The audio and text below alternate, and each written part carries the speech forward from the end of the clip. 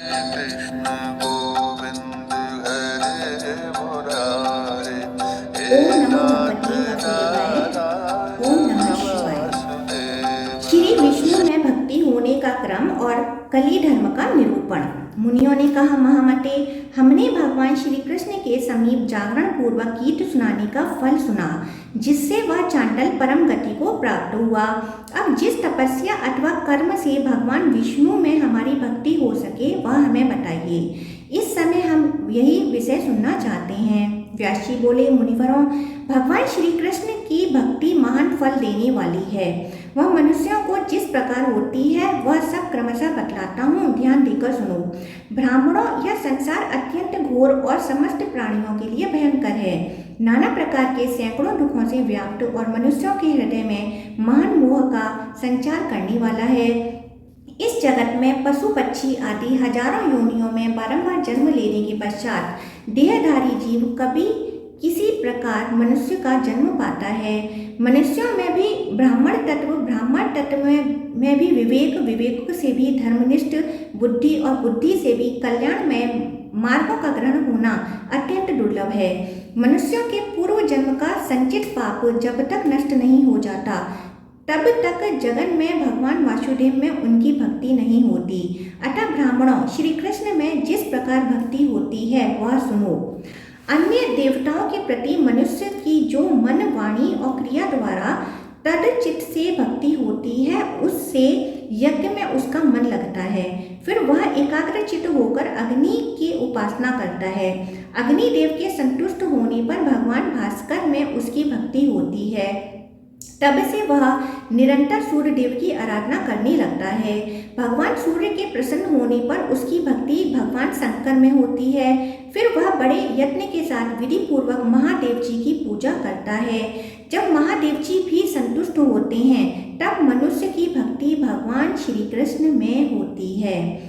तब वह वासुदेव संग के अविनाशी भगवान जगन्नाथ का पूजन करके भोग और मोक्ष दोनों प्राप्त कर लेता है। मुनियों ने पूछा, महामुनि, संसार में जो अवैष्णव मनुष्य देखे जाते हैं, श्री विष्णु का पूजन क्यों नहीं करते? इसका कारण बतलाइए। व्यास जी बोले, मुनिवरों, इस संसार में दो प्रकार के भूत सर्ग विख्यात हैं, एक आसुर और दूसरा देव। पूर्व काल में इन दोनों की सृष्टि ब्रह्मा जी ने ही की थी। देवी प्रकृति का आश्रय लेने वाले मनुष्य भगवान विष्णु का पूजन करते हैं और आसुरी प्रकृति को प्राप्त हुए लोग श्री हरि की निंदा किया करते हैं। ऐसे लोग मनुष्य अधर्म हैं, ऐसे लोग मनुष्यों में अधम हैं। श्री हरि की माया से उनकी बुद्धि मारी गई है। ब्राह्मणों, वे श्री हरि को ना पाकर नीच गति में जाते हैं। भगवान की माया बड़ी क्रूर है। देवताओं और असुरों के लिए भी उसका ज्ञान होना कठिन है। वह मनुष्यों के हृदय में महान मोह का संचार करती है। जिन्होंने मन को वश में नहीं किया है, ऐसे लोगों के लिए उस माया को पार करना कठिन है। मुनियों ने कहा, महर्षि, अब हम आपसे जगत के संहार की कथा सुनना चाहते हैं। कल्प के अंत में जो महाप्रलय होता है, उसका वर्णन कीजिए। व्यास जी बोले, मुनिवरों, कल्प के अंत में तथा प्राकृत प्रलय में जो जगत का संहार होता है, उसका वर्णन सुनो। सतयुग, त्रेता, द्वापर और कली, ये 4 युग हैं, जो देवताओं 12,000 दिव्य वर्षों में समाप्त होता है। समस्त चतुर्युग स्वरूप से एक से ही होते हैं। सृष्टि के आरंभ में सतयुग होता है तथा अंत में कलयुग रहता है। ब्रह्मा जी प्रथम कृत युग में जिस प्रकार सृष्टि का आरंभ करते हैं, वैसे ही अंतिम कलयुग में उसका उपसंहार करते हैं। मुनियों ने कहा, भगवान कली के स्वरूप का विस्तार पूर्वक वर्णन कीजिए, जिसमें 4 चरणों वाले भगवान धर्म खंडित हो जाते हैं। व्यास जी बोले, निष्पाप मुनियों, तुम जो मुझसे कली का स्वरूप पूछते हो, वह तो बहुत बड़ा है, तथापि मैं संक्षेप से बतलाता हूँ, सुनो। कलयुग में मनुष्यों की वर्ण और आश्रम संबंधी आचार में प्रवृत्ति नहीं होती। सामवेद, ऋग्वेद और यजुर्वेद की आज्ञा के पालन में भी कोई प्रवृत्त नहीं होगा। कलयुग में विवाह को धर्म नहीं माना जाएगा। शिष्य गुरु के अधीन नहीं रहेंगे। पुत्र भी अपने धर्म का पालन नहीं करेंगे। अग्निहोत्र का नियम उठ जाएगा। कोई किसी भी कुल में क्यों न उत्पन्न हुआ हो। जो बलवान होगा वही कलयुग में सबका स्वामी होगा। सभी वर्णों के लोग कन्या बेचकर जीवन निर्वाह करेंगे। ब्राह्मणों, कलयुग में जिस किसी का भी वचन होगा सब शास्त्र ही माना जाएगा। कलयुग में सब देवता होंगे और सबके लिए सब आश्रम होंगे। अपनी अपनी रुचि के अनुसार अनुष्ठान करके उसमें उपवास, परिश्रम और धन का व्यय करना धर्म कहा जाएगा। कलयुग में थोड़े से ही धन से मनुष्यों को बड़ा घमंड होगा। स्त्रियों को अपनी केसों पर ही रूपवती होने का गर्व होगा। सुवर्ण, मणि और रत्न आदि तथा वस्त्रों के भी नष्ट हो जाने पर स्त्रियां केसों से ही श्रृंगार करेंगी। कलयुग की स्त्रियां धनहीन पति को त्याग देंगी। उस समय धनवान पुरुष ही युवतियों का स्वामी होगा। जो जो अधिक देगा उसे उसे ही मनुष्य अपना मालिक मानेगा। उस समय लोग प्रभुता के ही कारण संबंध रखेंगे। द्रव्य राशि घर बनाने में ही समाप्त हो जाएगी। उससे दान पुण्यादि न होंगे। बुद्धि द्रव्यों के संग्रह मात्र से ही में ही लगी रहेगी। उसके द्वारा आत्मचिंतन न होगा। सारा धन उपभोग में ही समाप्त हो जाएगा। उससे धर्म का अनुष्ठान न होगा। कलयुग की स्त्रियां स्वेच्छाचारिणी होंगी। हाव भाव विलास में ही उनकी स्पृहा रहेगी। अन्य से धन पैदा करने वाले पुरुषों में ही उनकी आसक्ति होगी। सुहृदों के निषेध करने पर भी मनुष्य एक एक पाई के लिए भी दूसरों के स्वार्थ की हानि कर देंगे। ब्राह्मणों, कलयुग में सब लोग सदा सबके साथ समानता का दावा करेंगे। गायों के प्रति तभी तक गौरव रहेगा जब तक कि वह दूध देती रहेंगी। कलयुग की प्रजा प्रायः अनावृष्टि और क्षुधा के भय से व्याकुल रहेगी। सबके नेत्र आकाश की ओर लगे रहेंगे। वर्षा न होने से दुखी मनुष्य तपस्वी जनों की भांति मूल, फल और पत्ते खाकर रहेंगे। कितने ही आत्मघात कर लेंगे। कली में सदा अकाल ही पड़ा रहेगा। सब लोग सदा असमर्थ होकर क्लेश भोगेंगे। कभी किन्हीं मानवों को थोड़ा सुख भी मिल जाएगा। सब लोग बिना स्नान किए ही भोजन करेंगे। अग्निहोत्र, देव पूजा, अतिथि सत्कार, श्राद्ध और तर्पण की क्रिया कोई नहीं करेंगे। कलयुग की स्त्रियां लोभी, नाटी, अधिक खाने वाली, बहुत संतान पैदा करने वाली और मंद भाग्य वाली होंगी। वह दोनों हाथों से सिर खुजलाती रहेंगी। गुरुजनों तथा पति की आज्ञा का भी उल्लंघन करेंगी तथा पर्दे के भीतर नहीं रहेंगी। अपना ही पेट पालेंगी, क्रोध में भरी रहेंगी, दिया शुद्धि की ओर ध्यान नहीं देंगी और असत्य एवं कटु वचन बोलेंगी। इतना ही नहीं, वह दुराचारणी होकर दुराचारी पुरुषों से मिलने की अभिलाषा करेंगी। कुलवती स्त्रियां भी अन्य पुरुषों के साथ व्यभिचार करेंगी। ब्रह्मचारी लोग वेदोक्त व्रत का पालन किए बिना ही वेदाध्ययन करेंगे। गृहस्थ पुरुष ना तो हवन करेंगे और न सत्पात्र को उचित दान ही देंगे।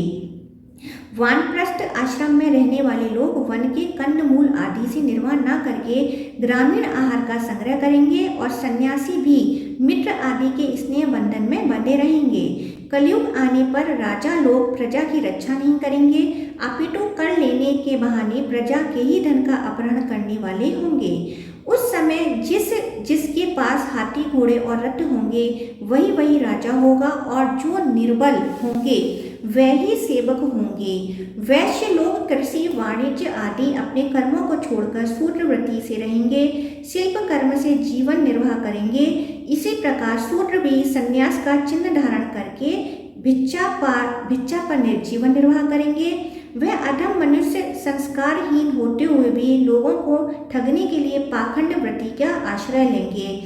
दुर्भिक्ष और कर की पीड़ा से अत्यंत उपद्रवग्रस्त होकर प्रजाजन ऐसे देशों में चले जाएंगे जहां गेहूं और जौ आदि की अधिकता होगी। उस समय वेद मार्ग का लोप, पाखंड की अधिकता और अधर्म की वृद्धि होने से लोगों की आयु बहुत थोड़ी होगी। कलयुग में 5, 6 अथवा 7 वर्ष की स्त्री और 8, 9 या 10 वर्ष के पुरुषों के ही संतानें होने लग जाएंगी। 12 वर्ष की अवस्था में ही बाल सफेद होने लगेंगे। घोर कलयुग आने पर कोई मनुष्य 20 वर्ष तक जीवित नहीं रहेगा। उस समय लोग मंद बुद्धि, व्यर्थ चिन्ह धारण करने वाले और दुष्ट अंतकरण वाले होंगे, अतः वे थोड़े ही समय में नष्ट हो जाएंगे। ब्राह्मणों, जब जब इस जगत में पाखंड वृत्ति दृष्टिगोचर होने लगे, तब तब विद्वान पुरुषों को कलयुग की वृद्धि का अनुमान करना चाहिए। जब जब वैदिक मार्ग का अनुसरण करने वाले साधु पुरुषों की हानि हो, तब तब बुद्धिमान पुरुषों को कलयुग की वृद्धि का अनुमान करना चाहिए। जब धर्मात्मा मनुष्यों के आरंभ किए हुए कार्य शिथिल हो जाएं, तब उसमें विद्वानों को कलयुग की प्रधानता का अनुमान करना चाहिए। जब जब यज्ञों के अधीश्वर भगवान पुरुषोत्तम का लोग यज्ञों द्वारा यजन न करें, तब तब यह समझना चाहिए कि कलयुग का बल बढ़ रहा है। ईश्वरों, जब वेदवाद में प्रेम न हो और पाखंड में अनुराग बढ़ता जाए, तब विद्वान पुरुषों को कलयुग की वृद्धि का अनुमान करना चाहिए। ब्राह्मणों, कलयुग में पाखंड से दूषित चित्त वाले मनुष्य सबकी सृष्टि करने वाले जगतपति भगवान विष्णु की आराधना नहीं करेंगे। उस समय पाखंड से प्रभावित मनुष्य ऐसा कहेंगे कि देवताओं से क्या लेना है, ब्राह्मणों और वेदों से क्या लाभ है, जल से होने वाली शुद्धि में क्या रखा है। कलयुग में मेघ थोड़ी वृष्टि करेंगे, खेती में बहुत कम फल लगेंगे और वृक्षों के फल सारहीन होंगे। कली में प्राय लोग घुटनों तक वस्त्र पहनेंगे, वृक्षों में समी की ही अधिकता होगी, चारों वर्णों के सब लोग प्राय शूद्रव्रत हो जाएंगे। कलयुग के आने पर प्राय छोटे छोटे धान्य होंगे, अधिकतर बकरियों का दूध मिलेगा और उसीर खास ही एकमात्र अनुलेपन होगा। कलयुग में अधिकतर सास और ससुर ही लोगों के गुरुजन होंगे। मुनिवरों, उस समय मनोहारिणी भार्य और साले आदि ही सौहर्द समझे जाएंगे। लोग अपने ससुर के अनुगामी होकर कहेंगे कि कौन किसकी माता है और कौन किसका पिता। सब जीव अपने अपने कर्मों के अनुसार ही जन्मते और मरते हैं। उस समय थोड़ी बुद्धि वाले मनुष्य मन, वाणी और शरीर के दोषों से प्रभावित होकर प्रतिदिन बारंबार पाप करेंगे। सत्य, शौच और लज्जा से रहित मनुष्यों के लिए जो जो दुख की बात हो सकती है, वह सब कली काल में होगी। संसार में स्वाध्याय, वसटकार, स्वधा और स्वाहाकार शब्द नहीं सुनाई देगा।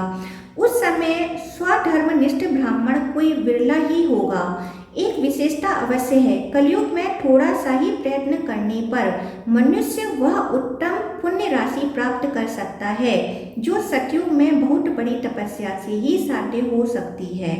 ब्राह्मणों, कलयुग धन्य है जहाँ थोड़े ही क्लेश से मान फल की प्राप्ति होती है, तथा स्त्री और शूद्र भी धन्य हैं।